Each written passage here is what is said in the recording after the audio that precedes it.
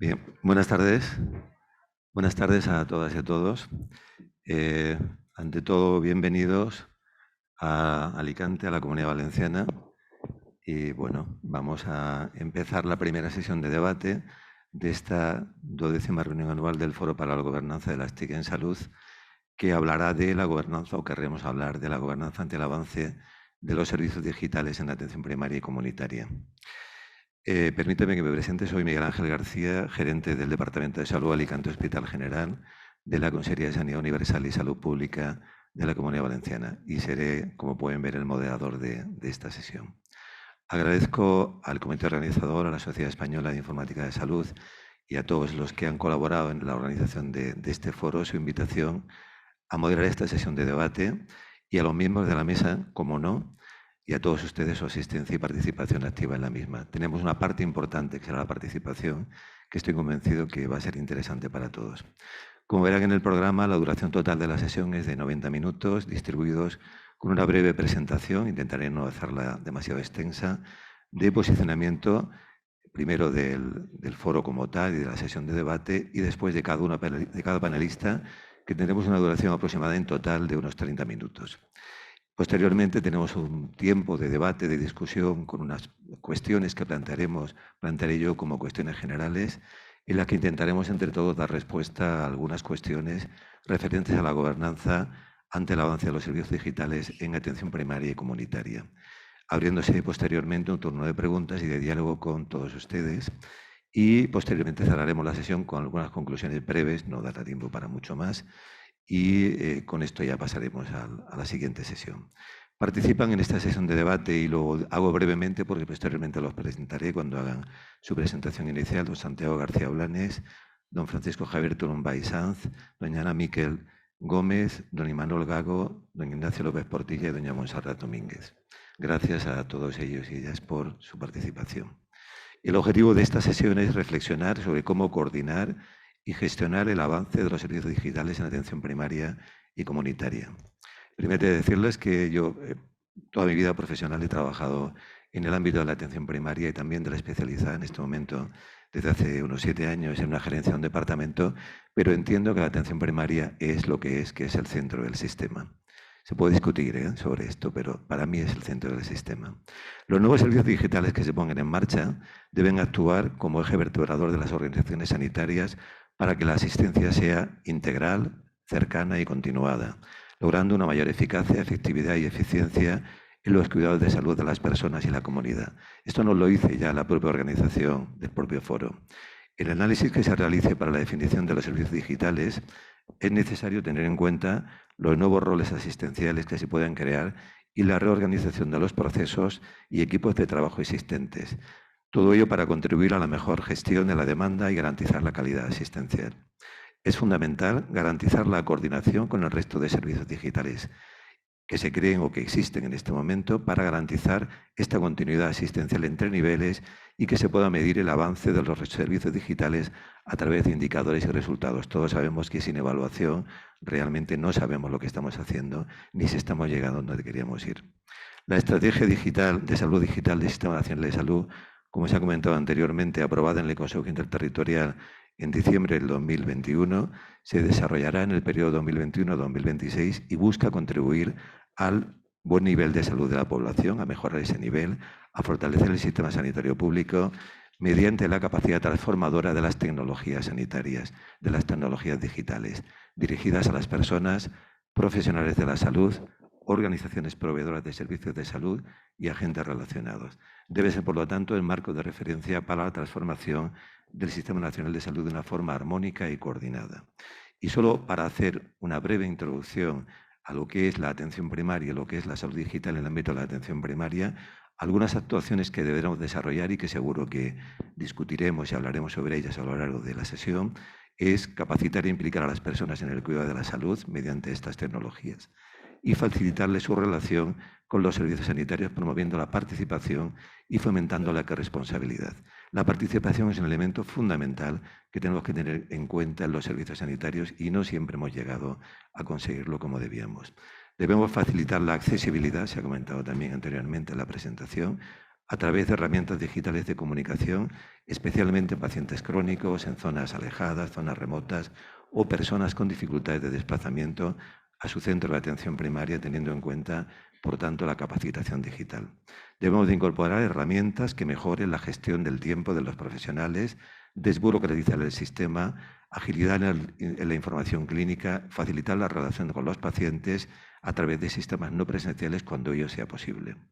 Facilitar también el acceso a la información clínica y diagnóstica mediante sistemas de ayuda a la toma de decisiones y formación de los mismos e indicadores de tecnologías digitales avanzadas.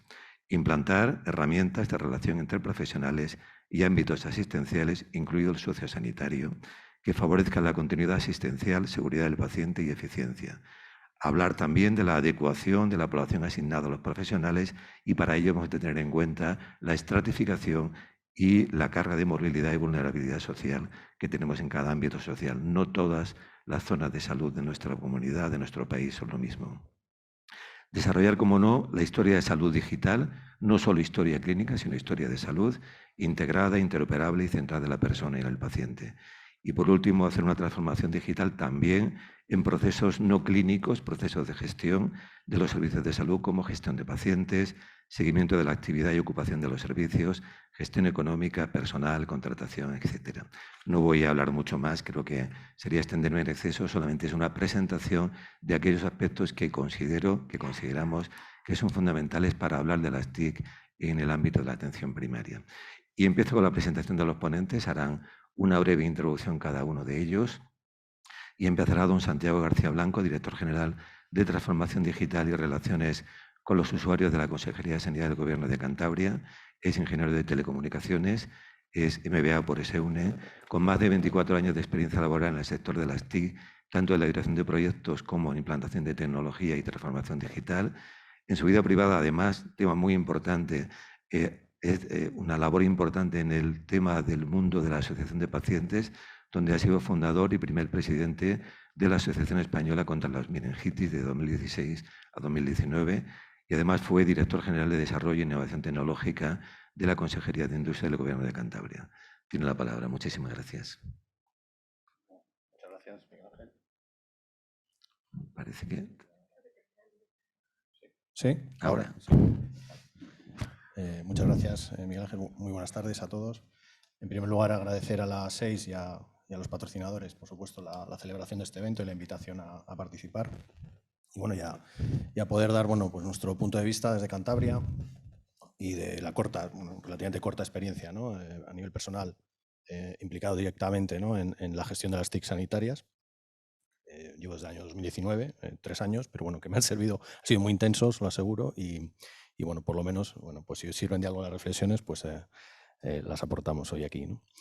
Y bueno, hablamos de la gobernanza de las TIC, y en particular de la atención primaria, y por qué, ¿no? Bueno, y por qué es tan importante, ¿no? El desplegar correctamente servicios digitales en atención primaria. Bueno, pues porque estamos hablando de la atención más cercana al paciente, de la atención más longitudinal en el tiempo, ¿no? la que le va a acompañar, ¿no? al paciente a lo largo de su vida sanitaria, y porque estamos hablando de un ámbito donde cada euro invertido pues probablemente es el punto del sistema donde tiene mucho más rendimiento, ¿no?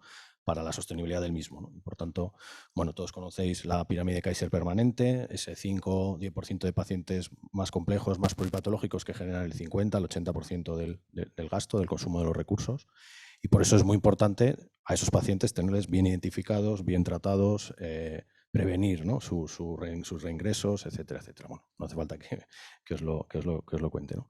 Y bueno, una atención primaria que obviamente está inserta en unos servicios de salud, donde son la hermana pequeña, ¿no? donde los que mandan habitualmente, ¿no? A nivel de un servicio autonómico de salud, pues son las informáticas hospitalarias, porque siempre han tenido más peso, ¿no? y habitualmente han sido la cantera, ¿no? de los gerentes de informática o de los subdirectores de informática. Y donde, bueno, pues modestamente estamos tratando, en esta legislatura por lo menos, de tratar de poner a la atención primaria, ¿no? al mismo nivel, ¿no? por lo menos en preocupación y en nuestras inversiones, ¿no? en relación con los hospitales.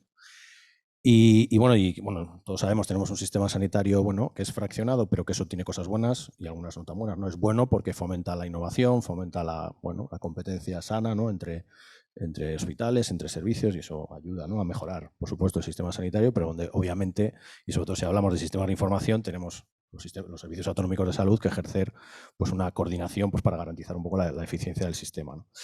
Y bueno, esto lo venimos haciendo, obviamente. Bueno, nosotros somos un servicio relativamente joven, nacemos en el año 2002, como unos cuantos más hoy aquí representados.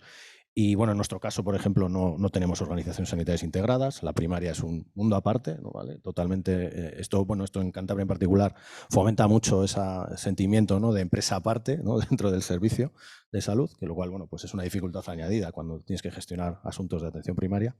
Y donde, bueno, pues tenemos unos departamentos de informática. Me voy a centrar muy brevemente dos reflexiones sobre todo la parte organizativa. Tenemos unos áreas de informática de primaria, claro, que se definieron en su momento pues, para operar un puesto de usuario en local, un aplicativo en local que residía en el centro de salud, como era la OMI, pues conectar una impresora, conectar un ecógrafo, pero evidentemente el mundo ha cambiado. Ahora mismo las aplicaciones, los sistemas de información que se usan en primaria, evidentemente son centralizados.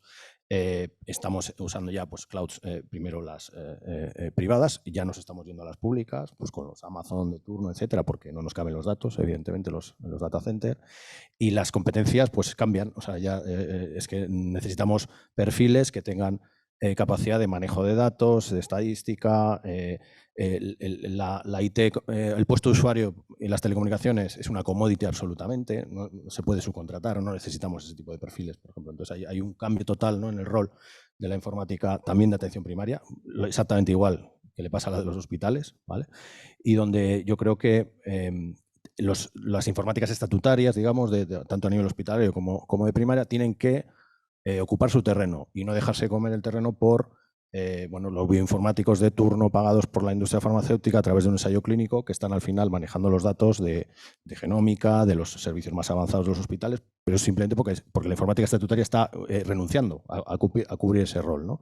Yo creo que hay un ámbito de actuación que se abre, ¿no?, para los personal TIC dentro del Sistema Nacional de Salud. En Cantabria, por ejemplo, estamos actualizando nuestras categorías informáticas para dar cabida a todas las nuevas titulaciones de ingeniería de ciencia de los datos, etcétera, porque entendemos que son perfectamente válidas para desarrollar la labor. Y bueno, no quiero extenderme mucho más, luego tenemos ocasión de hablar sobre otros temas más puntuales como el centro de salud virtual, la telemedicina, etcétera, y cómo cambia eso también el rol de la informática. Gracias. Gracias. Pasamos en segundo lugar hará la presentación don Francisco Javier Turumbay Ranz, subdirector general de Sistemas y Tecnologías para la Salud del Servicio Navarro de Salud, médico especialista en medicina familiar y comunitaria, médico de urgencias hospitalarias durante 12 años. Desde 2005 trabajó en sistemas de información, primero como coordinador de la historia clínica digital, luego como responsable de imagen médica digital, y ya desde 2015 como responsable de sistemas de información sanitaria del Departamento de Salud de Navarra. Tiene la palabra. Gracias. Muchas gracias. Gracias a todos vosotros y vosotras, gracias a las 6 por invitarnos una vez más a contaros un poco nuestra opinión y nuestro punto de vista desde Navarra, ¿no?, de todo este tema. Yo voy a entrar directamente en harina porque ya me ha quitado prácticamente muchas de las cosas que iba a decir. Estamos ante un reto de innovación terrible, ¿no?, con el tema de transformación digital, digitalización de la atención primaria, etcétera. Yo siempre pongo esta palabra, ¿no?, el tema de innovación. Y el tema de innovación, sobre todo, enfocado a lo que no es TIC, sino enfocado a lo que es la propia organización sanitaria y a lo que son los propios profesionales sanitarios. Las TIC van a dar siempre soporte a toda esta innovación que viene y que es necesaria para hacer las cosas de otra manera, que al final es lo que necesitamos, ¿no? Sabemos que el sistema que tenemos haciendo lo mismo no vamos por buen camino. Tenemos muchos problemas estructurales, falta de profesionales, envejecimiento de la población, etcétera, etcétera. Y esto nos obliga a las organizaciones sanitarias a trabajar y a hacer las cosas de otra manera, es decir, a innovar. Y esto pues no es nada sencillo. Y además tenemos un problema más todavía, y es los tiempos. No podemos quedarnos, no podemos a pensar cómo lo vamos a hacer, vamos a ver que cambie la coyuntura, vamos a esperar a que las cosas mejoren. No, esto no espera. O sea, los cambios tienen que ser y cuanto antes, porque la sostenibilidad del sistema está en juego, ¿no? Y esto no siempre casa bien, es decir, nunca ha casado muy bien, ¿no? Esto de innovar y innovar rápido y que encima los resultados sean buenos, pues es una de las cosas y es el reto que tenemos por delante, ¿no? Pero yo insisto un poco en esta idea, ¿no? Las TIC están ahí, las TIC ahora mismo yo diría que la prioridad no es desarrollar nuevas cosas TIC, que hay muchas cosas ya muy desarrolladas, muy potentes, que si pudiéramos absorberlas y pudiéramos utilizarlas en nuestro día a día, nuestros profesionales fueran capaces de sacarle todo el provecho que tienen estas herramientas, la verdad que veríamos el mundo de otra manera, ¿no? Pero la realidad es que no es así. La realidad es que toda esta tecnología, toda esta batería de armas que tenemos para cambiar las cosas, pues nos está costando mucho el implantarlas, el utilizarlas, etcétera, ¿no? Necesitamos innovar en formas de hacer, necesitamos innovar en cambiar los procesos de los profesionales, de los procesos sanitarios. Esto de que tenemos la atención primaria en el centro y en el centro del paciente, todo esto pues es un discurso que siempre damos y que oímos, pero no sé si hasta qué punto, luego lo podemos también discutir, ¿no? hasta qué punto nos lo creemos, porque luego en el día a día el cambiar una pequeña cosa de las formas tradicionales de hacer, pues cuesta un montón, ¿no? El tema de la financiación, desde luego, es mejor tener el problema de tener dinero que gastar que no tenerlo, pero desde luego el tener la financiación también nos va a suponer el problema de gastarlo con eficiencia, ¿no? En el sentido que estoy comentando. Y por finalizar, no olvidemos nunca, no podemos olvidar que realmente toda esta financiación, toda esta innovación, el objetivo que tiene es sanar al paciente y mejorar la atención al paciente. Y esto no lo vamos a conseguir si los profesionales no lo asimilan y no lo interiorizan dentro de sus procesos, y no lo vamos a hacer si no tenemos unos datos de calidad que aporten estos sistemas, unos datos de calidad, y podemos medir y generar indicadores de calidad que nos permitan precisamente cambiar las cosas, ¿no?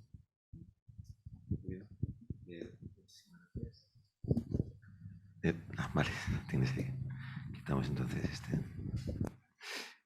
Muchísimas gracias. Pasamos a doña Ana Miquel Gómez, responsable de Innovación y Proyectos Internacionales de la Consejería de Sanidad de la Comunidad de Madrid desde enero de 2021. También médico de familia en activo en el Centro de Salud Mar Báltico hasta julio de 2021, previamente con diversos cargos, incluyendo la coordinación de la estrategia de crónicos de la Comunidad de Madrid, gerente adjunta de atención primaria, dependiendo de esta gerencia, los sistemas de información de atención primaria y también subdirectora de atención primaria, con una gran experiencia docente como profesora de la universidad, entre otras, y también en investigación y en proyectos de innovación, además de planificación y evaluación. Cuando quiera, muchas gracias. Bueno, muchas gracias. Yo, cuando me planteaba todas estas preguntas, pues me lo planteaba desde muchas ópticas. La experiencia de quien ha planificado y ha implementado y evaluado, pero también la experiencia de quien ha estado en un centro de salud compartiendo eso que se llama la cultura de la organización. Eso que hace que cualquier estrategia o cualquier cosa nueva de primera se rechace. Esas costumbres o esos hábitos que forman parte del día a día, esas creencias, reales o no, que condicionan que la gente de primeras diga no. Y que te das cuenta cuando llegas, cuando estás allí cada día con tus compañeros. Entonces, hay parte de lo que yo voy a comentar que lo han comentado mis dos compañeros previos, y es que no puede haber una transformación digital sin haber una transformación. Es que la parte digital, la tecnología va a ser esa herramienta de apoyo, pero sin haber una transformación en la que los protagonistas sean los profesionales y las personas, los pacientes, las familias, pues se nos va a quedar en lo que ya ha ocurrido en otros países o en otros lugares, en muchos experimentos, pero sin una transformación real. Por eso me preocupa que realmente esta transformación digital dé respuesta a una visión compartida de transformación. Y esa visión se tiene que construir en conjunto y no se construye en un día. Aunque queramos los cambios rápido y ya lleguemos tarde, esto lleva tiempo y lleva consenso.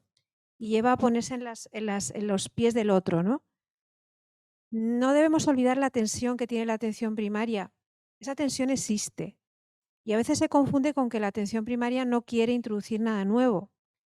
Es que es difícil introducir algo nuevo cuando ya estoy colapsado. Si me dejas un poquito de tiempo, a lo mejor sí que lo puedo introducir. Y no quiere decir que no se quiera introducir. Es que hay que ver cómo introducirlo, cómo gestionar el cambio, cómo realmente hacer a que las personas deseen ese cambio, perciban la utilidad, perciban que es fácil, que las herramientas sean muy fáciles. Y creo que esa está en la clave de todo. Entonces, me preocupa mucho que realmente tengamos una visión de transformación global y que detrás la tecnología ayude a esa transformación. Me preocupa que se haga entre el conjunto de la sociedad para que sea algo aceptado por todos. Y me preocupa especialmente no tanto el qué es que, como ha dicho muy bien mi compañero, hay muchas cosas, sino el cómo lo implantemos, el cómo vamos a hacerlo llegar a la realidad. No me vale con una formación continuada, no me vale con una campaña de difusión, es que no vale, no es suficiente. Aquellos proyectos que han sido más exitosos son los que ponen en la pantalla del ordenador de un profesional algo muy fácil de usar, usable, y luego conectar con la motivación de la gente. Muchos profesionales están ahí porque realmente quieren ayudar a sus pacientes, quieren ayudar a las familias.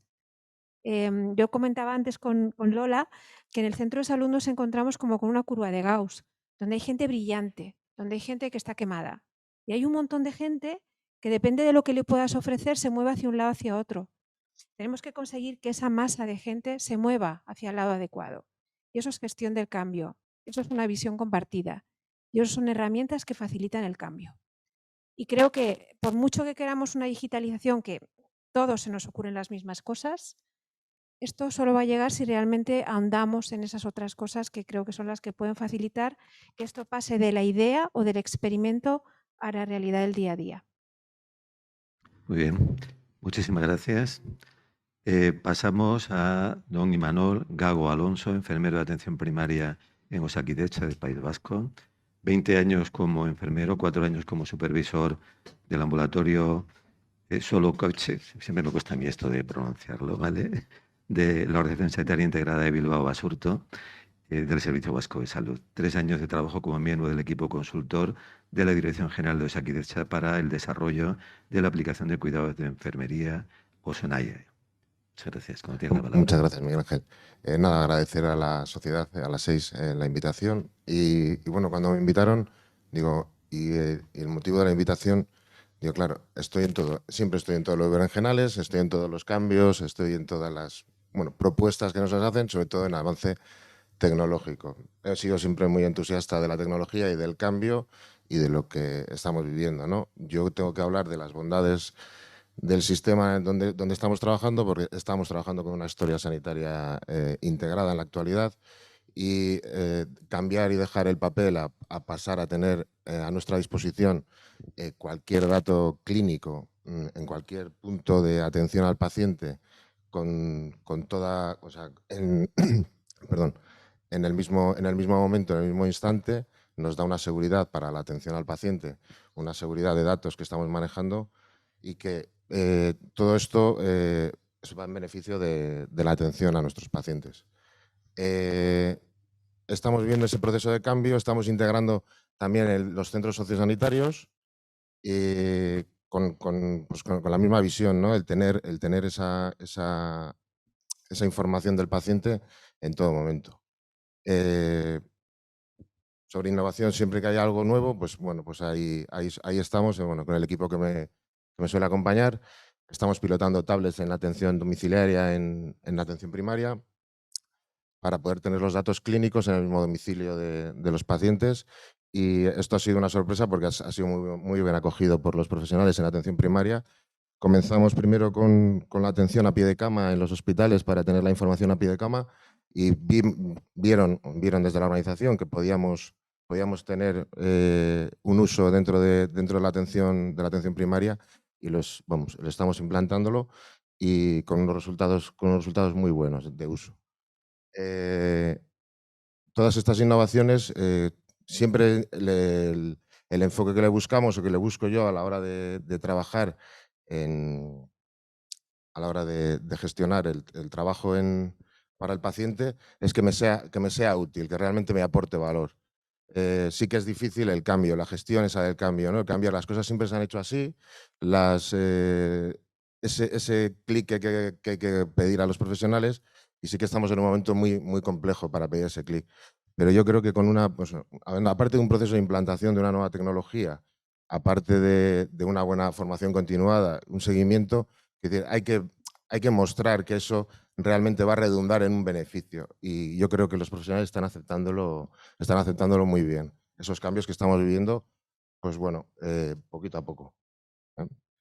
Y bueno, esa visión, digamos, del día a día es la que puedo aportar en esta mesa de debate.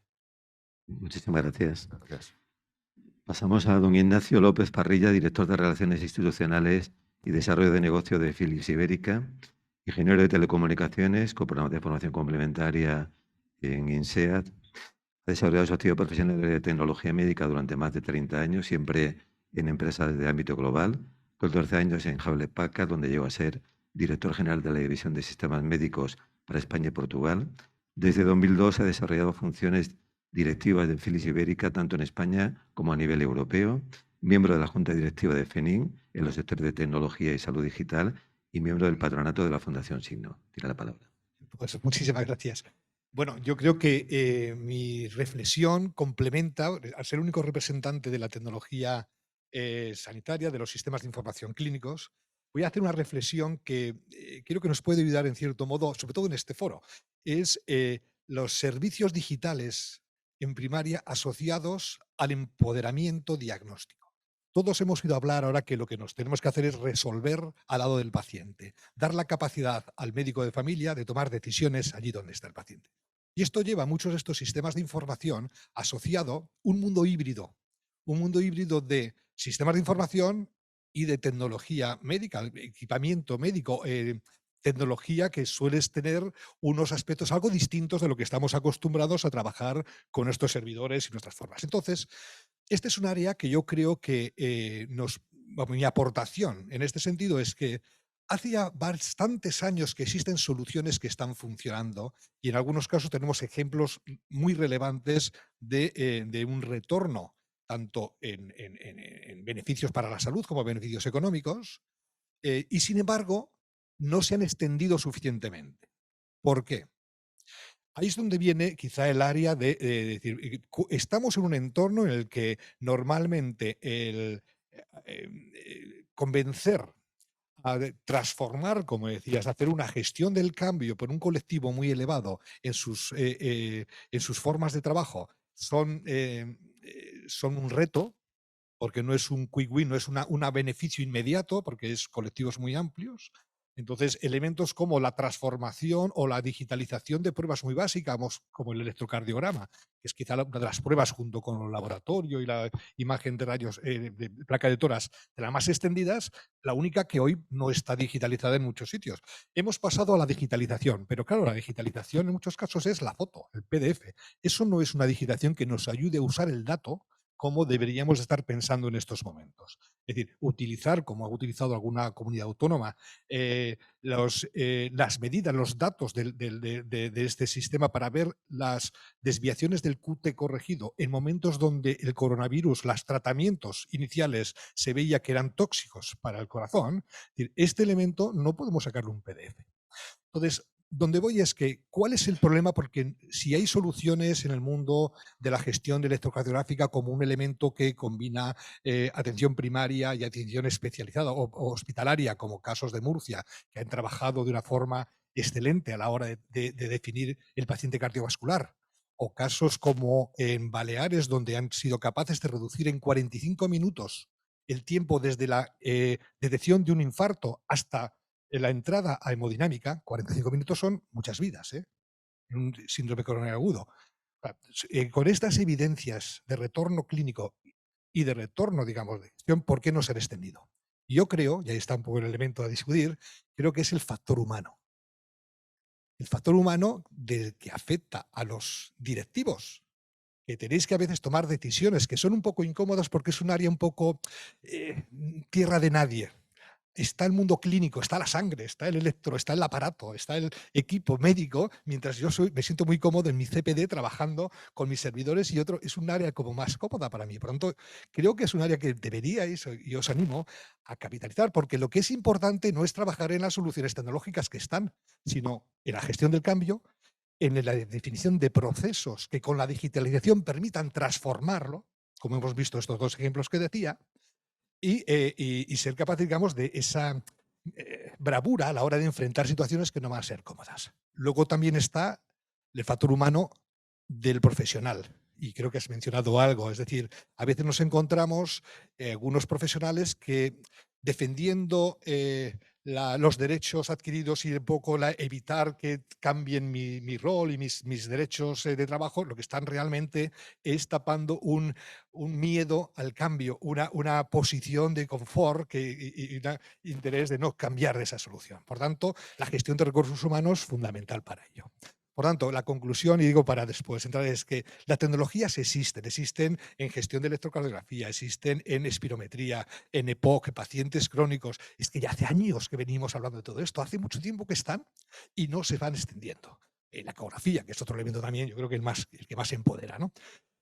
Entonces, tenemos que ver efectivamente si la gestión de ese cambio estamos preparados desde las instituciones, si hay que buscar formas de transar o de acordar con las proveedores fórmulas de servicios más que de suministro y ver de la mano cómo somos capaces de gestionar esto en un proceso donde al final el resultado es una correcta implementación de un cambio en un proceso que da beneficios al paciente. Muchísimas gracias. Bueno, yo creo que ajustarse al tiempo, vamos, perfecto todos. Por último, doña Montserrat Domínguez Lebrero, directora de Sanidad para el Sector Público de Deloitte, ingeniero de telecomunicaciones con una dilatada experiencia en el ámbito de la tecnología sanitaria, ya que ha estado trabajando durante 13 años para la sanidad pública y concretamente en el Servicio Andaluz de Salud, como responsable de la estrategia de servicios digitales a los ciudadanos. Actualmente trabaja en Deloitte como experta en sanidad para el sector público. Tiene la palabra.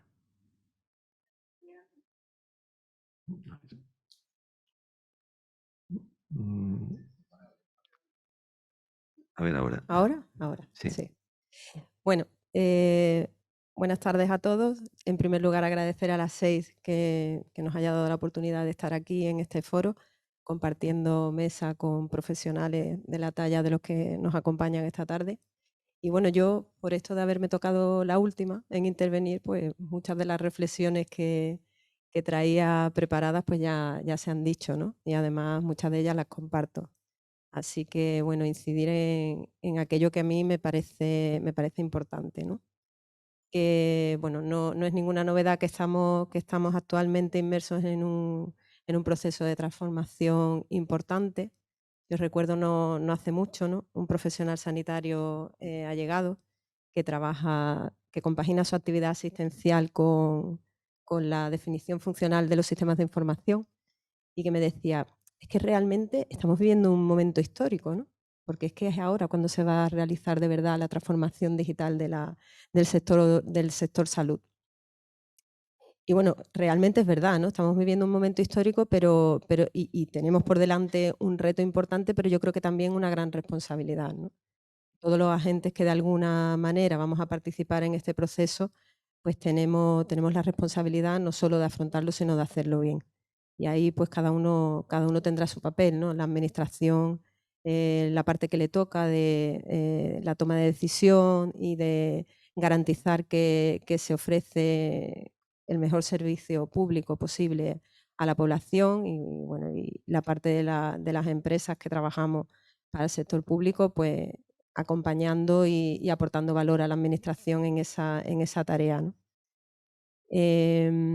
Si queremos un sistema nacional de salud que siga siendo de referencia y de calidad, obviamente tenemos que apostar por esta transformación, pero además no de una manera cortoplacista, es decir, esto no es importante aquí y ahora, ¿no? Lo importante es que sea sostenible y que permita de verdad afrontar desafíos como nos pueden plantear problemas existentes como el envejecimiento de la población, las enfermedades crónicas o o la demanda de tecnología que hace la sociedad del siglo XXI, porque es una realidad que la sociedad, sobre todo los más jóvenes, vienen demandando tecnología y tener cada vez más acceso a servicios digitales, pero yo creo que la tecnología por la tecnología, tal como se ha comentado anteriormente por alguno de los ponentes, pues tampoco debe ser, ¿no? Yo creo que se debe trabajar esa cartera de servicios digitales teniendo en cuenta las necesidades reales que tiene la población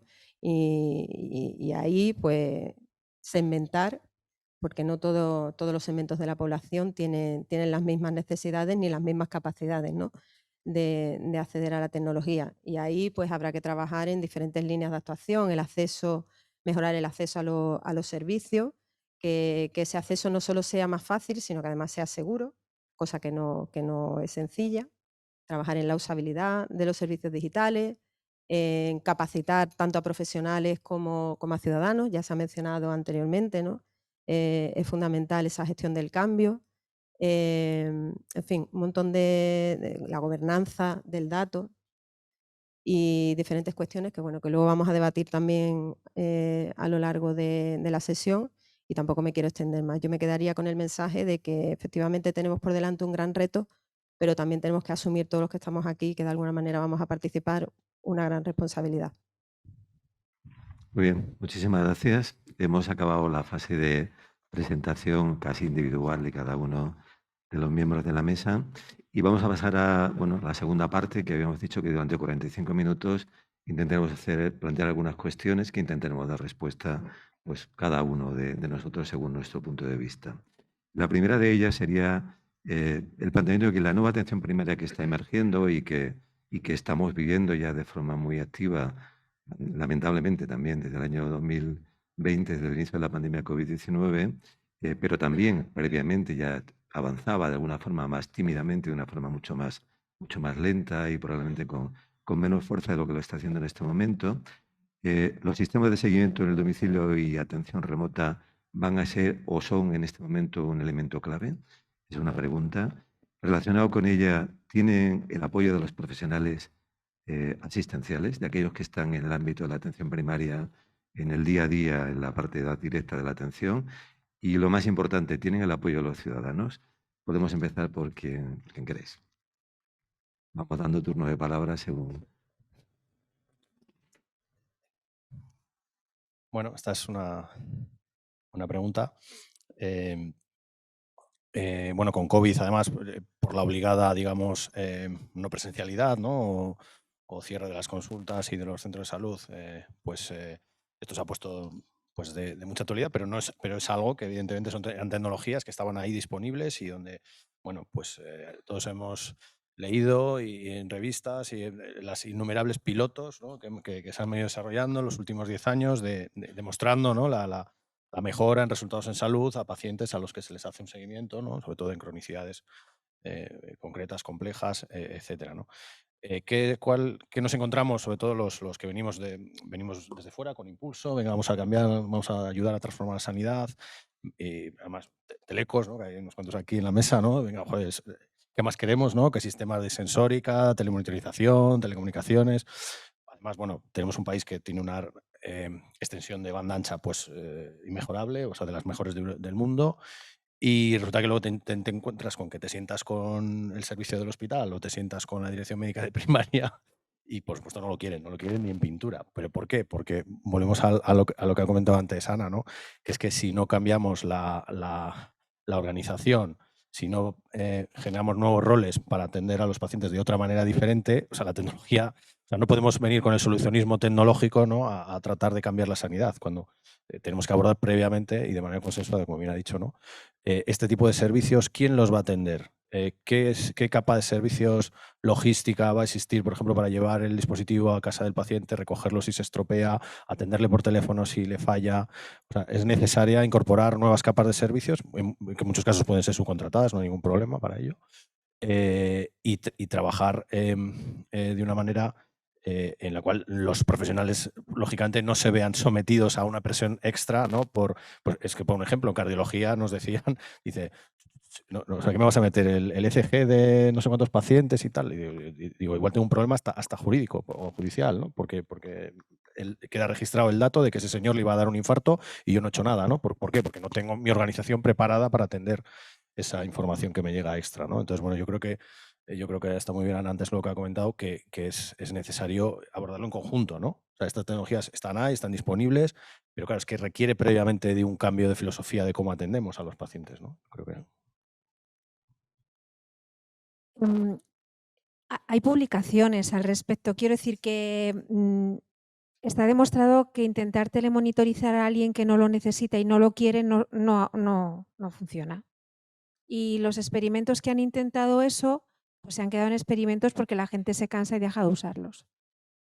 Pero cuando le estamos proporcionando de nuevo a alguien que realmente lo necesita, estamos pasando de un modelo de, voy a poner un ejemplo, yo vengo de ser la coordinadora de crónicos y creérmelo.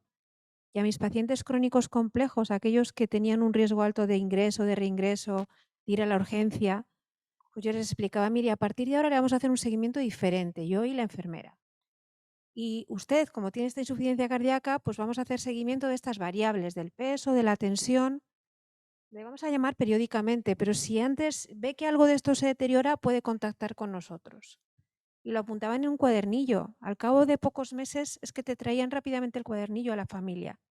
Cuando tú eso pasa de ser cuadernillo a ser un sistema en remoto que le hace sentir seguro al paciente y que dice, es que ahora es incluso mejor, no solo lo aceptan, lo aceptas tú, lo acepta el profesional que se ha dado cuenta de que el señor que ingresaba todas las semanas ha pasado a no ingresar más que cada 3 meses o cada 4 o no ingresar, y lo acepta la familia porque se siente más segura, porque sabe que está cuidando mejor de su familiar. Entonces, de nuevo, nos tenemos que plantear que los sistemas de telemonitorización son necesarios cuando son necesarios y aportan realmente un resultado mejor. Y aportan un resultado mejor para el paciente, para la familia y para el sistema en global. Y eso existe y ha demostrado su utilidad. Y cuando la gente ve que ya no ingresa tanto, que ya no tengo que ir tanto a la urgencia, que cuando yo noto, uy, es que ha ganado 2 kilos de peso y me ponen enseguida el tratamiento y me lo ajustan, te lo compran y lo quieren. Y los profesionales también, porque les hacen sentir que estoy atendiendo mejor a mis pacientes. Hemos conectado con esa necesidad que tengo de cuidar y de curar con una solución. Y creo que esa es la clave. Es decir, que por mucho que nos parezca que vengo de un centro donde la ecografía en atención primaria es una referencia. Nadie ya sabe vivir sin ecografía. Ningún profesional sabemos vivir sin ecografía. Pero el cambio hubo que gestionarlo. Entonces, es de nuevo lo mismo. Es decir, la herramienta, la tecnología te ayuda, pero primero está realmente identificar la necesidad, rediseñar los procesos, hacer una labor con los pacientes y con las familias de realmente compartir, de empoderar realmente, que es que eso no lo hacemos, empoderamos pero yo controlo. No, cuidado. Que darle autonomía a alguien es enseñarle a ser autónomo. Y cuando eso ocurre, pues tiene mejores resultados, pero tenemos que cogerle la clave. Y con por ejemplo, los crónicos complejos es un caso. Y por tanto, sí, cuando es necesario. ¿A todo el mundo? No. Luego has comentado medicina personalizada. Ahora hablamos mucho de los más vulnerables. Para mí la medicina personalizada es la adaptada a las necesidades. Y cuidado, es que hay gente que no tiene que ir al centro sanitario. Es que el modelo de Kaiser abajo lo que nos está diciendo es que podemos mejorar los resultados dando mayor autonomía. Y ahí tenemos otro campo. Tengo que hacer una app para... Es que a lo mejor lo tengo que hacer para que alguien sepa qué tipo de alimentos tengo que introducir en un contador de calorías o un contador de ejercicio, pero que esa información, no lo sé. Quiero decir que esas cosas la gente las está usando, las está comprando. Quiere decir que le resulta útil. Bueno, pues eso es personalizar. Es dar herramientas que se adapten a las necesidades. Gracias. Creo que querían comentarnos algo. Javier. Sí. No, un poco... No sé si se me oye. No, hay que dar para arriba. Vale. Ahora sí. Ahora sí. Un poco estoy de acuerdo con lo que ha dicho la compañera. Con el tema de todo este tema de la telemonitorización, claro, Aquí hay temas que efectivamente han demostrado que son efectivos y que tienen validez, pero otros no tanto. Ahí tenemos un poco de todo, ¿no? Uno, por ejemplo, que ha demostrado es el tema de los diabéticos, ¿no? Todo el tema del control glucémico, etcétera, a distancia. Esto es un tema que, bueno, hay bibliografía, control de hipoglucemias, etcétera, etcétera, ¿no? Nosotros ahora mismo estamos trabajando en cómo integrar esas nubes de propietarias, ¿no? Donde están ahora desde hace tiempo nuestros diabéticos volcando todos sus datos, cómo esos datos los podemos incluir dentro de nuestra historia clínica. Y esto ya nos están trasladando nuestros profesionales. De hecho, el que en Navarra lleva todo el tema de estrategia de crónicos es endocrino. Y nos decía, es que el manejo de los diabéticos, ahora que tenemos toda la información continua de toda la glucemia, ya es diferente, cambia. Hay muchos matices que son diferentes que cuando solamente teníamos glucemias puntuales, cuando el paciente se pinchaba y tenía varias glucemias al día, que ahora sabemos perfectamente toda la fluctuación, evolución, etcétera, de la glucemia, ¿no? Y esto está suponiendo, pues, una formación de todos esos profesionales a esta forma de controlar a los pacientes, ¿no? Y esto lo hizo el endocrino. El tema de telemonitorización, nosotros lo mismo, nos hemos topado también con el tema de la adaptación de todos los profesionales a toda esta casuística. Hay que readaptar los circuitos, hay que readaptar en qué casos yo, médico de atención primaria, acepto o admito un paciente para que me envíe todos sus datos, porque claro, todos los pacientes tampoco son susceptibles de esto. ¿Cómo hago para todo esto? ¿Cómo lo incluyo dentro de mis agendas? ¿Cómo incluimos, y esto es crítico, cómo integramos todos estos dispositivos y todas estas plataformas con nuestra historia clínica? Porque esto es crucial. O sea, ahora mismo plataformas, dispositivos y tal tenemos muchísimos, pero es que lo que no podemos aspirar es a un sistema en el cual el clínico tenga que trabajar con N aplicaciones para gestionar a los pacientes. Esos datos, y esos tienen que estar integrados, y esos datos tienen que generar datos de validez, de calidad, que estén integrados en la historia clínica, para que luego podamos tener indicadores fiables que nos permitan tomar decisiones correctas. Y este camino todavía no está recorrido y todavía no tenemos datos que nos digan cómo lo estamos haciendo. Es decir, estamos poniendo el énfasis en todo lo que es, no digo, no lo puedo generalizar, pero muchas veces se pone el énfasis en todo lo que es esta tecnología, de la capacidad que tiene la tecnología de proporcionarnos, bueno, pues cosas que parecen magia, pero es que luego lo decía antes, ¿no? Es que todos estos datos nos tienen que valer para cambiar las formas de hacer y para mejorar la atención a los pacientes. Y esto lo tienen que utilizar los clínicos, tienen que ver la utilidad que tiene para utilizarlo, tiene que estar integrado en sus propias herramientas y tienen que generar datos que sean explotables, que sean utilizables. Y ahí es donde todavía, pues yo creo que nos queda pues bastante recorrido. Ignacio quería comentar algo, ¿verdad? Tiene toda la razón, porque es lo que vosotros llamáis las setas y esas cosas, ¿no? Pero yo voy a dar una orientación también a las preguntas. Es decir, ¿el ciudadano qué piensa de esto? De tratamientos que le cuiden a través de soluciones digitales. Hay por ahí una publicación de la Fundación IDIS que probablemente tenga un público objetivo muy específico, pero está hablando, que le quiero recordar, probablemente varíe el número, pero un 80 y tantos % de los encuestados en menores de 60 años prefieren trabajar con modelos digitales de interacción. Por lo tanto, el ciudadano clarísimamente lo quiere. El profesional. Yo, sin ir un poco a los niveles de integración, que es cierto, que al final tenemos que ver la visión de punto a punto, de extremo a extremo, el profesional que está trabajando lo que no quiere es que le compliquen la vida, que lo que no quiere es que le crees más incertidumbre diagnóstica. Ejemplo de la ecografía. Me ha venido muy bien porque, fíjate, yo creo, llevo varios años estudiando esto y creo que es una de las grandes, permitidme la expresión, fracasos. Hay muchísimos ecógrafos dispersos por los centros de salud y muy poquitos utilizándose. Probablemente porque no se ha dado cuenta que compran equipos que son como en el hospital, pero el 30% del precio, o sea, muchísimo más baratos, que tienen 40 funciones, 50 botones, y una persona que utiliza 2 veces a la semana no puede tener un nivel de uso, una utilización como está haciendo un experto que lo utiliza todos los días. ¿Qué necesitamos?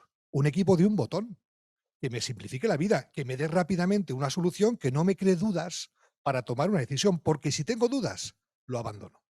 Solamente me decía un directivo de la Sociedad Española de Médicos de Familia, dice, menos del 15% de la gente que asiste a un curso de formación, a los 3 meses utiliza el eco.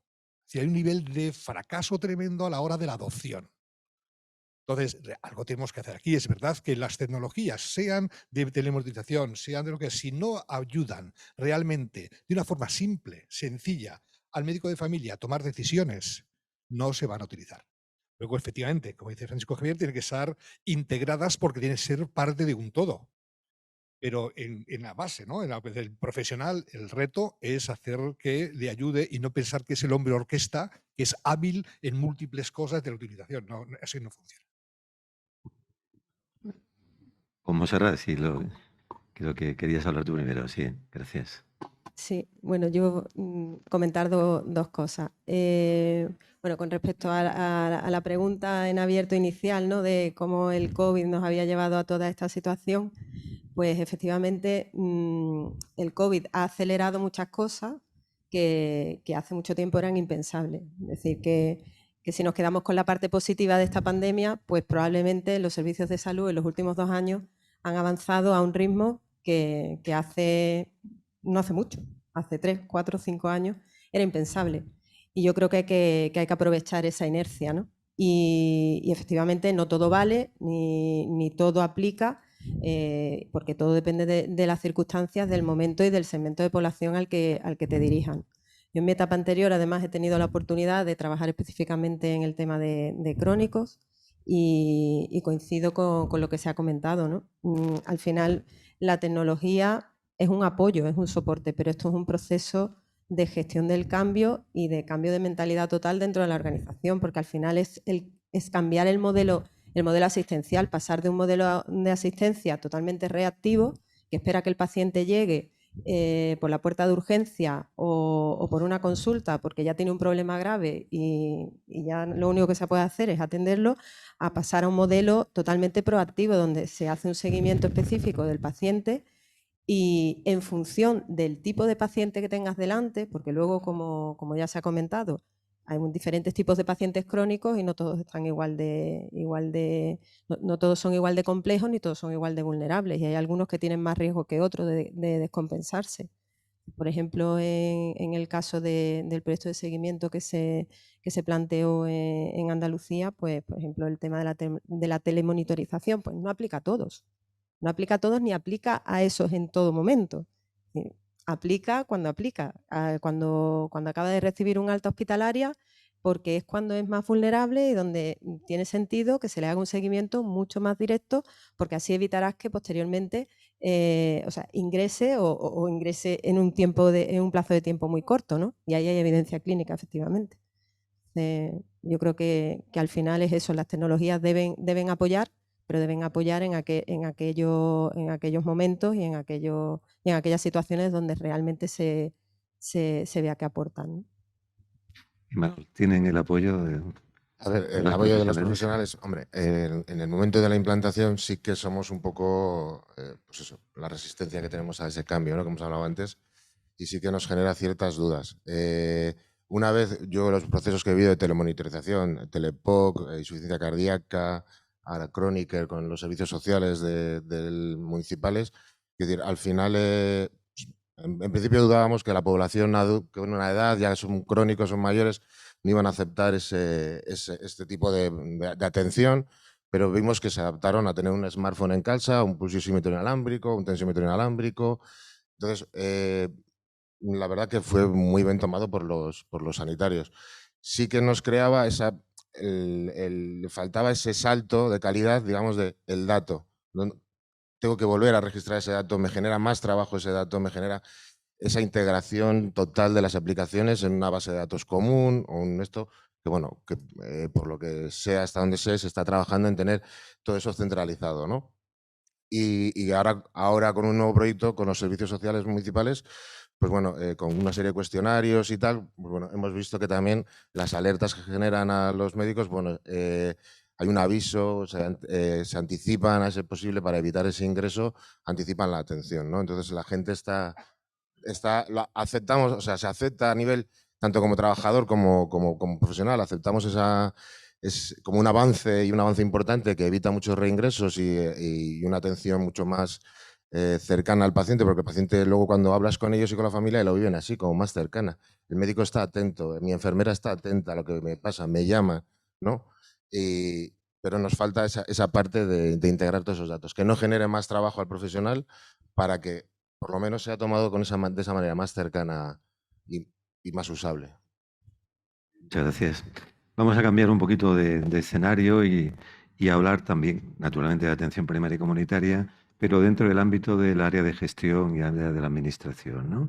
¿Cuáles serían las soluciones para mejorar los procesos de soporte en atención primaria? Entendido procesos de soporte en sentido amplio. Bien, no sé, ¿quién queréis empezar?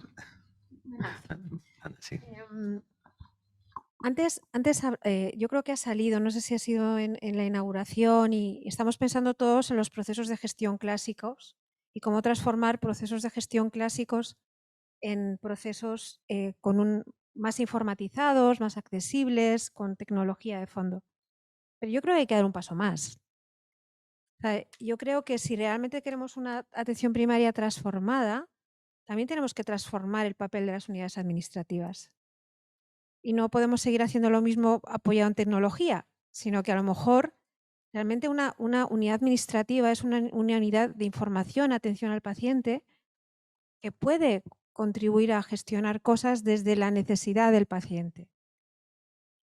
Y ahí están, yo creo que la tecnología puede ayudar con sistemas que realmente ayudan a gestionar la demanda, por ejemplo, que puedan canalizar hacia el profesional más adecuado determinados motivos de consulta y que puedan dar una información mucho más útil.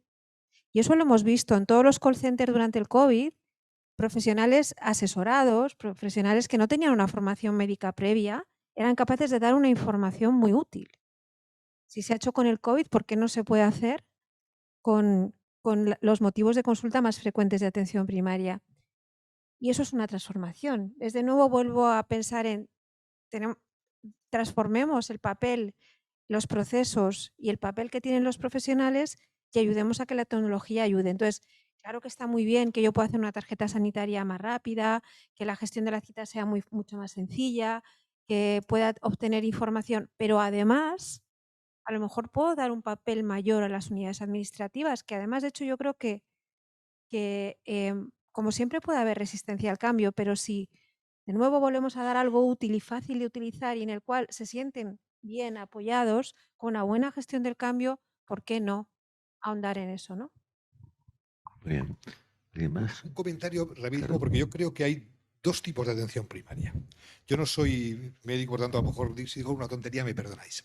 Pero yo creo que hay una atención primaria centrada en las áreas urbanas, donde se puede contemplar formas de trabajo distintas, más basadas en la masificación, el acceso, hiperinspección, nuevos profesionales, el papel de la enfermera como elemento, digamos, si quieres. Y es una forma de gestionar muy distinta a la atención primaria rural, donde el médico de familia en un consultorio, en un pueblecito, tiene unas funciones mucho más amplias de divulgación de la salud, de cuidados, de gestión del crónico casi de una manera familiar, que es distinto, es una manera de gestionar distinta. Por tanto, se debería ver, yo creo, estas unidades, de una forma, con recursos probablemente diferentes. Ahora bien, es verdad que en los casos que yo he visto, y me parecen de éxito, son aquellos que tienen una transversalidad, es decir, entre primaria y acceso a especializada, de alguna manera, pues a través de consultas de alta resolución o elementos de este tipo, que hacen que al final la propiedad del paciente la sigue teniendo el médico de primaria. Por lo tanto, yo creo que este es un aspecto que probablemente tenga que ver definición por algunos tipos de patologías, vías muy concretas donde impliquen a todos los niveles asistenciales. Probablemente, no sé si eso daría para todos los casos, pero ayudaría mucho a gestionar mejor a los pacientes. Muy bien. ¿Algún comentario más sobre esta pregunta? Sí, Montserrat, a ver. Vale. Sí. No, es que yo creo que andamos con el este para arriba y para abajo y al final. Bueno, yo simplemente un poco en la línea de lo que decía antes Ana, yo creo que también hay un problema de base, ¿no? En cuanto a los recursos que realmente hay disponibles, ¿no? Para hacer todas esas cosas. Y desde mi punto de vista, yo creo que ahí las tecnologías sí que deberían ayudar a que los recursos se empleen de la forma más eficiente. Es decir, que intentemos aplicar tecnología, pues ahora está muy de moda, ¿no? La RPA, la robotización de procesos y tal, en aquellas tareas que sean mecánicas y que realmente no aportan ningún valor, y dejar a las personas, a los pocos o muchas personas que haya en las unidades administrativas, a hacer precisamente esas tareas que realmente aportan valor y que no puede hacer ninguna máquina. Manuel. Bueno, ahora con esto que hemos vivido del COVID, sí que justo nos pilló en ese momento de inicio de pandemia, ¿no? Que las unidades administrativas empezaban a gestión de la demanda, que le llamamos, o procesos leves, a canalizar y a tener otro valor en el trabajo que estaban haciendo, no sin la resistencia al cambio, ¿no? Pero bueno, al final le estás dando valor a esa unidad administrativa que está gestionando los diferentes centros de salud y bueno, y la labor que hacen a la hora del cribado, la derivación hacia un especialista, hacia el médico de familia o hacia su enfermera, es muy, muy importante a la hora de, por lo menos, ir cribando un poco. Ya sabemos cómo está el sistema sanitario de saturado, ¿no? Ir cribando, ¿no? Y luego, bueno, en cuanto al COVID, el tema de la vacunación fueron un factor principal para poder llevar a cabo esa campaña masiva y repentina, y gracias a las bases de datos y a la gestión del dato que hicieron de vacuna, dosis, no dosis, diagnóstico, que tuvieron acceso y que se creó esa parte, pudieron hacer una muy buena gestión esas unidades. Sí, bueno, abundando en lo que se comentaba antes, ¿no? Que cuando hablamos de un centro de salud virtual o centro de atención al paciente virtual, es que probablemente un porcentaje muy alto de las cosas que debería resolver este tipo de servicios son cuestiones administrativas. O sea, ese tipo de servicios probablemente en su composición de personal sería mucho más gente de admisión que gente, digamos, clínica, ¿no? Porque que evidentemente también puede darse el caso, ¿no? De hacer una atención por videoconsulta, etcétera. Y luego en lo que respecta a procesos administrativos, pues bueno, yo creo que también habría que revisar la normativa, digo yo, también, porque igual estamos obligando al médico a hacer muchas cosas, ¿no? Que igual en algún caso se podría revisar. Y si no es el caso y si es obligatorio que la tenga que hacer, desde luego ponerle todas las herramientas, ¿no? Hoy en día por la administración usamos el portafirmas para firmar en serie un montón de documentos, ¿no? Yo creo que hay que facilitar también las cosas al profesional dentro de su herramienta, digamos, administrativa, es que muchas veces está integrada con la historia clínica. En nuestro caso es así, está todo integrado en una única herramienta. Y bueno, poner la tecnología a funcionar, ¿no? Yo creo que se ha hablado del RPA antes, y hablando, por ejemplo, me ha surgido me he acordado del tema por Imanol, lo que acabo de comentar de vacunación COVID. Por ejemplo, en nuestro caso, toda la citación para la vacunación de COVID la hemos hecho con un asistente virtual, llamado Jano, que ha citado a más de 300.000 cántabros a la vacunación COVID y haciendo una conversación por NLP, por lenguaje natural, con el ciudadano.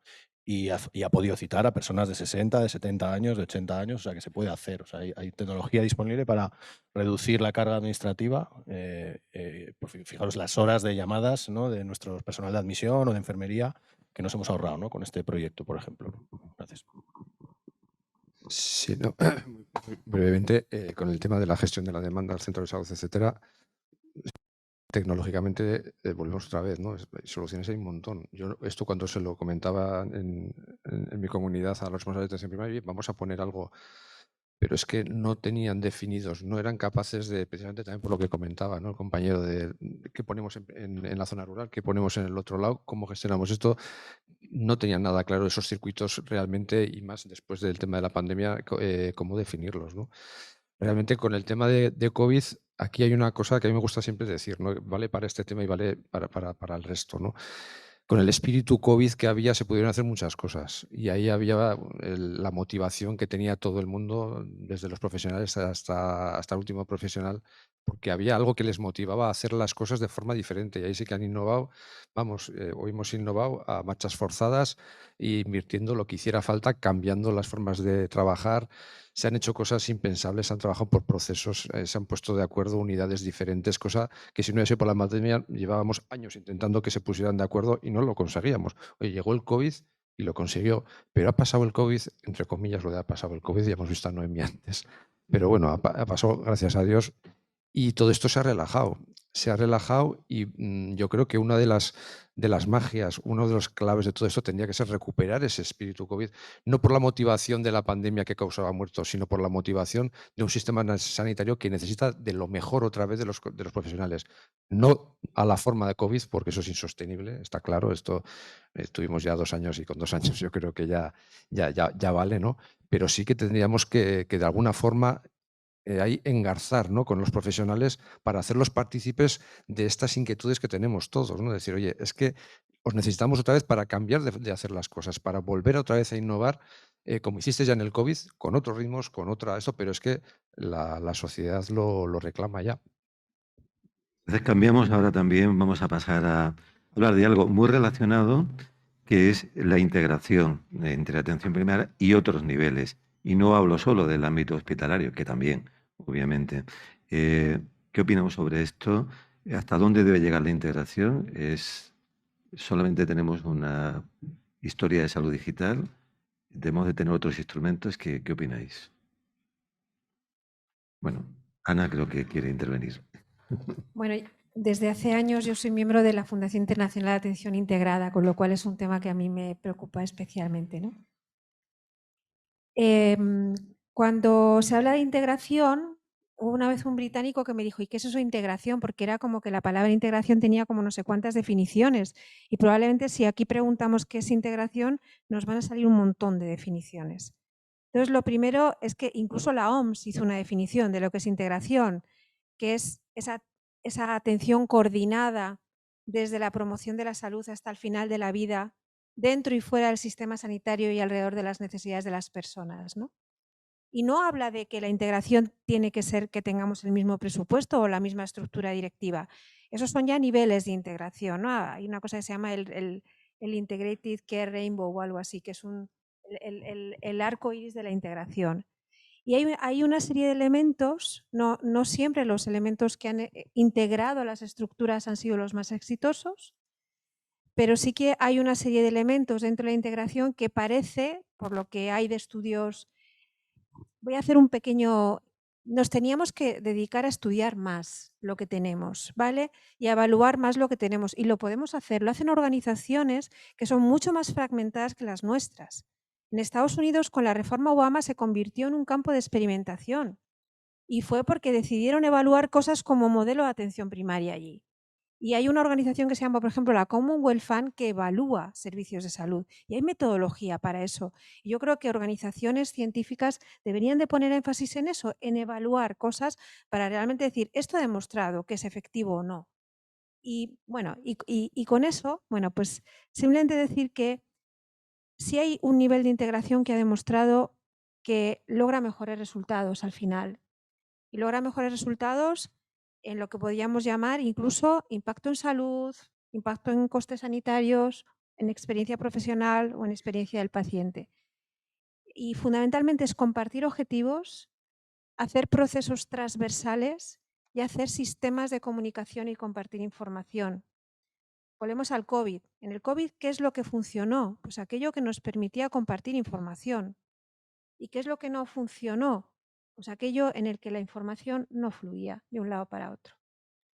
Y de hecho, yo no estuve en su diseño, hay personas de Madrid que sí están en su diseño. Elementos como a través de una tarjetita en un móvil poder tener un montón de información, pues yo creo que ha sido que es la tarjeta sanitaria virtual en Madrid. Yo cuando la vi aparecer dije, esto va a ser un éxito, sin haber participado en ello. Y lo ha sido, pues porque responde a una necesidad. Entonces, integración es necesaria porque el paciente no puede estar abriendo 800 puertas. No podemos hacer un sistema en el cual yo tengo que gestionarme 100 citas diferentes, intentar que no me coincidan y llevar a mi madre de la mano a todo eso. Es un sistema que tiene que contar más con esa coordinación, pero para lograr eso, pues no está claro que tenga que estar todo integrado a nivel estructural o a nivel presupuestario. Pero sí tenemos que hacer algo básico, que es compartir objetivos, compartir procesos y compartir información. Bien. ¿Algo más sobre la integración? ¿Quieres comentar?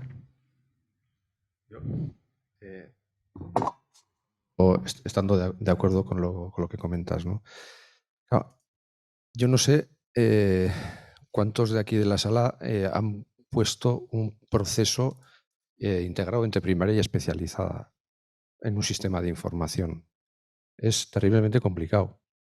Cuando tratas de poner, de medir, de que se utilicen los mismos parámetros dentro del mismo proceso, cuando quieres, nosotros lo intentamos con el proceso de diabetes, un proceso muy ambicioso, desde primaria, especializada, sociosanitario, y quisimos plasmarlo dentro de nuestra historia unificada y todavía ahí andamos. Ahí andamos. ¿Y cuál es el problema? Pues el problema, una vez más, no es tecnológico.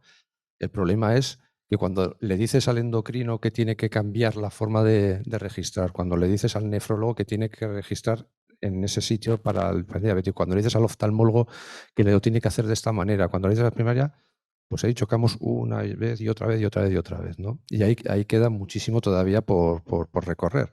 Yo por eso muchas veces cuando me toca hablar de esto y bueno, me tengo que poner un poco serio, digo, pero esto vosotros, a los clínicos, ¿realmente os lo creéis esto? O sea, ¿os creéis que realmente la integración es, como dices, es algo que tenemos que ir a ello? ¿Os creéis que esto es más eficiente? ¿Os creéis que esto redunda en la atención, en la mejor atención a los pacientes? Porque a veces da la sensación de que no. Esto, lógicamente, todo entre comillas, ¿no?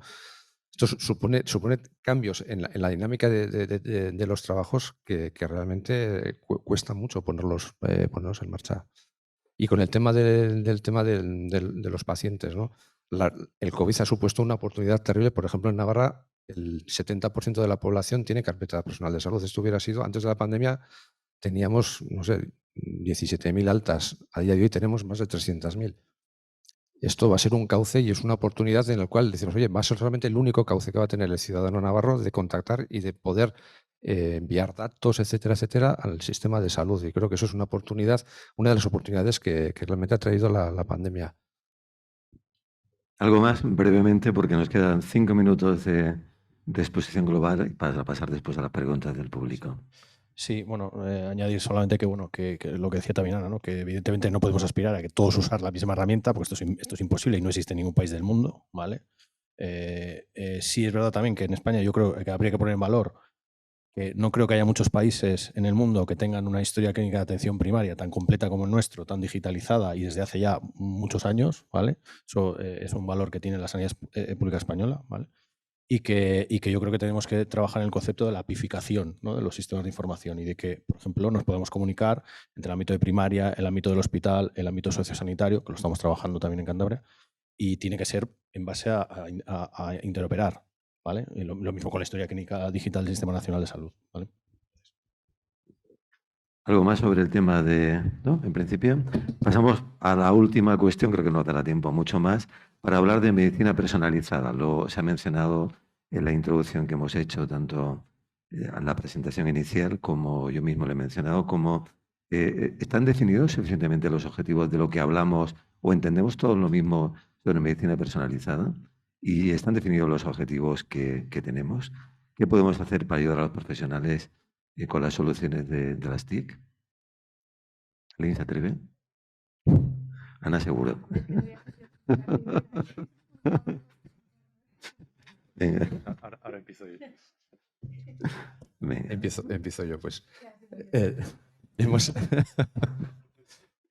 Yo creo que hemos dicho, vamos, alguna cosa seguramente que repetiré. ¿Estamos preparados para todo esto? Yo creo que no. O sea, yo en la medicina personalizada ahora mismo en mi cabeza lo que veo es un montón, un sinfín de iniciativas, un sinfín de estrategias, un sinfín de departamentos involucrados, un sinfín de deseos de hacer todo esto, un sinfín de empresas, un sinfín de soluciones, pero no veo un gobierno, no veo una gobernanza de todo esto.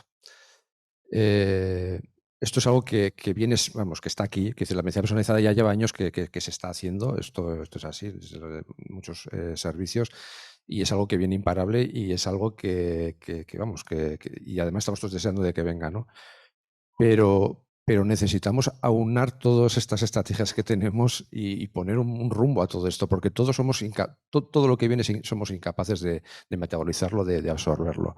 Tenemos que ver realmente qué tiene evidencia científica de todo lo que hay, de todo lo que se publica, de todo lo que se investiga, realmente qué es lo que aporta valor a la salud de las personas.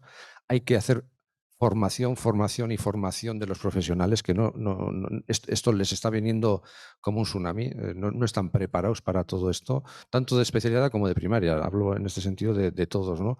no hay formación. Se está empezando, a mí me da la sensación muchas veces, y esto también lo digo entre comillas, en general, la casa por el tejado. Es decir, estamos haciendo muchas iniciativas a nivel de secuenciación, a nivel tal, que no digo que esté mal, pero es que luego quien lo tiene que poner eso en práctica, quien lo tiene que asumir, quien lo tiene que utilizar, realmente no hay una formación, salvo excepciones, lógicamente, ¿no?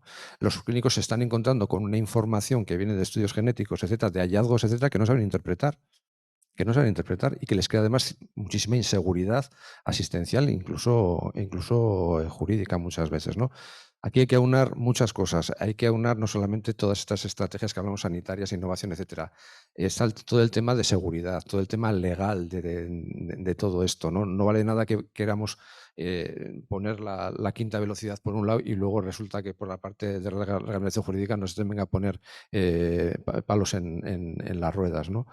Y luego no olvidar que la medicina personalizada no es solamente la genómica, la proteómica, la metabolómica, los PREM, los PRON, la calidad de vida percibida por el paciente, cómo siente la enfermedad, qué esperanzas tiene, qué expectativas tiene de vida, cómo quiere que sea su vida, cómo quiere que sea su salud y su enfermedad. Todo eso es personalizar también. Y todo eso se basa en información parametrizada que tiene que estar en las historias clínicas y que tenemos que ser capaces, una vez más, de interpretar y de poner en valor. 2 minutos, Ana. Te toca. No, de este. Si quieres intervenir en este tema. Ya pasaremos a las preguntas. Yo creo que se está utilizando el término medicina personalizada con mucha variabilidad en su uso y no está ni bien definido ni bien articulado hasta el momento actual. Yo me quedaría con eso. Y hay elementos de medicina personalizada que ya llevan años de trayectoria, los planes asistenciales individualizados, la toma de decisiones compartidas, toda serie de elementos que todavía no hemos puesto en marcha, o sea que son casi el elemento más básico. Yo llego a un acuerdo con...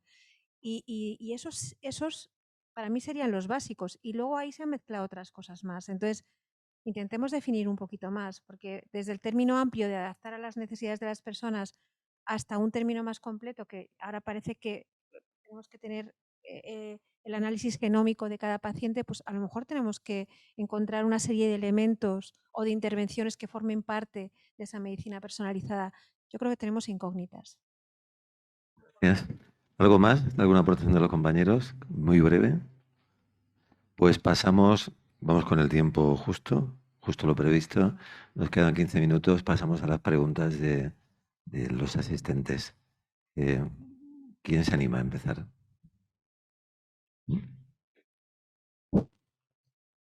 Creo que sí, un micro. No sé si hay alguno por la sala. Gracias. Solo, ¿no? Muchísimas gracias a todos. Habéis repetido en bastantes ocasiones y con razón el tema de la gestión del cambio. Pero el cambio, yo siempre digo la cultura, el cambio cultural y el cambio cultural. Claro, la cultura es una palabra tan hueca y tan lisológica como puede ser lo de la medicina personalizada, pero mucho más. Claro, la cultura es directamente proporcional a lo que son las estructuras de las instituciones. Es decir, no es una cosa que viene al margen de las instituciones. Luego vamos a hablar en vez de cultura de instituciones, de reglamentos, de normativa, de modelos de contratación, de modelos de incentivación, de modelos presupuestarios, de cómo son los modelos retributivos de los médicos, cómo se evalúa, cómo se monitoriza, cómo se compara. Porque la coordinación en la lógica clínica es un proceso natural. O sea, tú dejas un flujo terapéutico funcionar y el médico de manera natural le puede llamar al especialista o a la persona de primaria que va a llevar a su paciente después. ¿Es acaso que hay una ruptura del circuito, que la hay, de lo que es la práctica clínica? ¿O es también que hay todo un proceso estructural de organización que es perfecto para dirigir un ministerio, pero no para un sector servicios? ¿Acaso no estamos sistemáticamente repitiendo esto? ¿Es posible que haya un médico que de manera natural del hospital se ponga en contacto con la persona de primaria que lo lleva y articulen un proceso operativo entre ellos sin pasar por no sé cuántos intermediarios que tienen que decir si está bien o no? O sea, No hay cultura de las personas, las cambias de sitio, las llevas a otro país, a ese médico, a esa enfermera y funcionan de otra manera. Luego, ¿qué pasa con la cultura estructural? O sea, con la institución en la cual estamos, con cómo funciona y qué nos impide hacer cosas que son de una lógica aplastante, como que un médico hable con otro, que hable con la enfermera. ¿Por qué no se da? Esa es mi pregunta.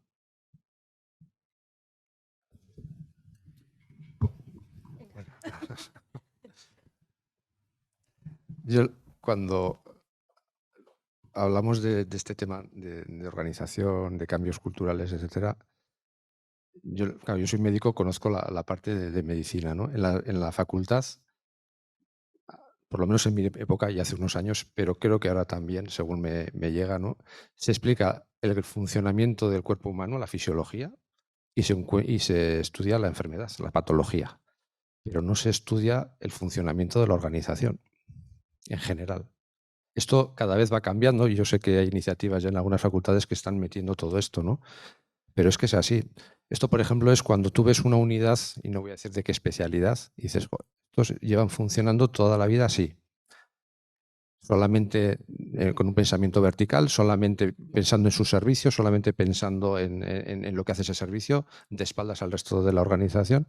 Y luego dicen, no, van a llegar residentes que son ahora nativos tecnológicos, que, bueno, que tienen ya en el ADN esta tecnología tal, van a cambiar todo. ¿Qué va? Hacen lo mismo, exactamente lo mismo, exactamente igual.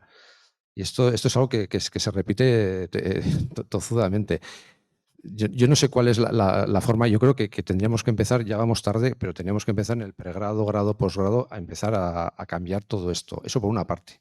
Y por otra parte, necesitamos perfiles, y aquí sí que la innovación tiene que ser muy importante. Dentro de todos estos cambios de organización, no todo el mundo vale para esto, pero las unidades de los servicios tienen personas muy capacitadas para esto.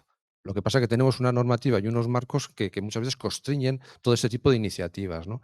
Y ahí sí que tenemos que innovar en todo esto. Es decir, a estas personas que son capaces de arrastrar al servicio, de arrastrar a su unidad, de cambiar los procesos, de cambiar las formas de hacer. El problema es que a día de hoy no tenemos modo de incentivar. Lo que tenemos es modo de machacarlos y de ponerles más trabajo y de quemarlos, que es lo que solemos hacer, ¿no? Creo que no te he contestado del todo, pero bueno, como reflexión igual. Yo voy a poner un ejemplo concreto, ¿no? Yo sí creo que las estructuras fomentan la separación, incluso aunque las unas bajo una misma cúpula. Incluso en esas situaciones. Y lo hacen pues porque hasta los directivos de determinados ámbitos parece que están enfrentados los unos a los otros. Entonces, ¿y qué ocurre? Que es que no se comunican. O sea, si tú y yo no nos hablamos, no nos conocemos, nos hemos conocido hoy y ya nos hemos entendido. Pero si no nos hablamos, pues es difícil que nos conozcamos. Yo reconozco que yo me saltaba esas estructuras. Yo cogía y decía, anda, ¿quién le lleva a esta geriatra? Llamaba al hospital, quiero hablar con la doctora tal. Y encantadora, maravillosa, respondiéndome perfecto a lo que yo me quitaba las estructuras, los complejos, y funcionaba. ¿Qué ocurre? Y pongo un ejemplo. Cuando se pone una tecnología que facilita eso, estamos rompiendo las barreras de las estructuras. Por ejemplo, en Madrid se puso una herramienta que es e-consulta, que facilita que yo pueda hacer una consulta no presencial con un profesional del otro lado. Claro, a medias, porque ojalá el profesional del otro lado me lo pudiera hacer a mí, ¿vale? Porque sería entonces, sí que hay, ¿no? Más. Pero, ¿qué ocurrió? Que la gente lo percibió como útil. Oye, ¿y qué majos son los cardiólogos? Yo no sabía que eran tan majos, porque de repente nos comunicábamos y entonces nos conocíamos y entonces nos entendíamos. Rompíamos las estructuras. ¿Algo más, Montserrat? Sí, es que... Ahora. No, simplemente añadir que efectivamente para que haya una gestión del cambio, ese cambio tiene que venir impulsado desde arriba. O sea, no es suficiente con que los profesionales estén dispuestos a cambiar. Los profesionales están dispuestos a cambiar si efectivamente tienen un incentivo y tienen una directriz clara. Y ahí, al final, depende mucho del perfil que se encuentre al frente de la institución o de la organización, ¿no? Muy bien, muchas gracias. ¿Alguna pregunta? Que nos quedan 5 minutos, sí, lo tenía en cuenta. Bien, ¿alguna pregunta más? ¿No hay ninguna más? ¿Alguno de los compañeros queréis comentar algo adicional a lo que hemos dicho hasta el momento? ¿O hago yo otra pregunta en ese caso? Bien, bueno. Sí, Ana. Había una pregunta que tú nos hiciste y me pareció muy interesante cuando nos mandaste anoche y era, ¿quién tiene que pagar esto? Entonces, simplemente voy a poner una reflexión sobre la mesa. Yo me dedico ahora a proyectos de innovación y eso significa que no solo está el PERTES de salud o los fondos de recuperación y resiliencia, sino está el programa Marco Europeo, está FEDER, están un montón de fondos por ahí, ¿vale? Y eso no es que solo haya dinero, es que seguramente nos está cambiando la manera de hacer las cosas. ¿Y eso qué quiere decir? Estamos acostumbrados a tener un presupuesto y con eso pagábamos nuestros proyectos de innovación y las implantábamos así. Seguramente ahora nos surge la oportunidad de realmente juntar la oportunidad que viene a través de los fondos con la necesidad y con las prioridades. Y la posibilidad de iniciar la implantación de determinadas cosas de otra manera, en ámbitos más locales, en ámbitos donde podamos desarrollar todos una serie de elementos y evaluar el impacto que eso tiene y evaluar el resultado que tiene y luego trasladarlo al resto. Creo que es una gran oportunidad en nuestra manera de hacer las cosas. La compra pública de innovación, los procesos de co-creación con las empresas, el que yo pueda lanzar mis nuevos quirófanos, acaba de ir Pablo Serrano para su nuevo hospital, pero luego viene aquí, ¿no? Y tiene Infobanco y tal. Puedo lanzar los quirófanos de mi nuevo hospital haciendo una consulta preliminar al mercado para que las empresas me ayuden a innovar en mis procesos de compra. Por lo tanto, ya pasamos de no solo asumir riesgo, estamos hablando de procesos en los cuales podemos gestionar nuestros proyectos de otra manera. Gracias. ¿Alguna pregunta más? Bueno, pues como nos quedan 2 minutos, 3 minutos, muy brevemente, agradecer a todos los compañeros de la mesa sus intervenciones. Seguro que tenemos muchísimo más que contar y nos hubiera gustado poder hacerlo, pero el tiempo siempre es limitado.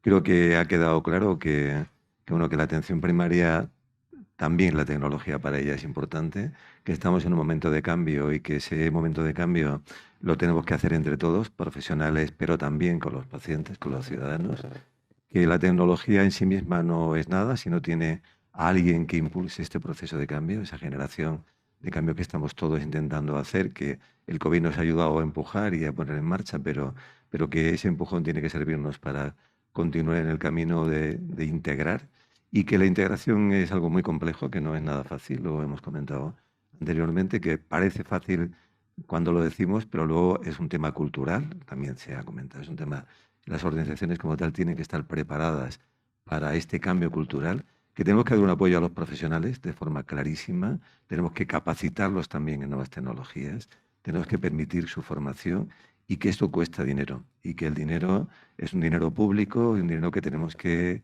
hacer eficiente, evidentemente, y esa es la inversión que la sociedad espera de todos nosotros. Yo no voy a hablar mucho más, creo que hemos llegado a nuestro tiempo. Agradecer vuestra asistencia y bueno, continuaremos hablando aquí en los pasillos y en las próximas sesiones que vienen ahora. Muchísimas gracias.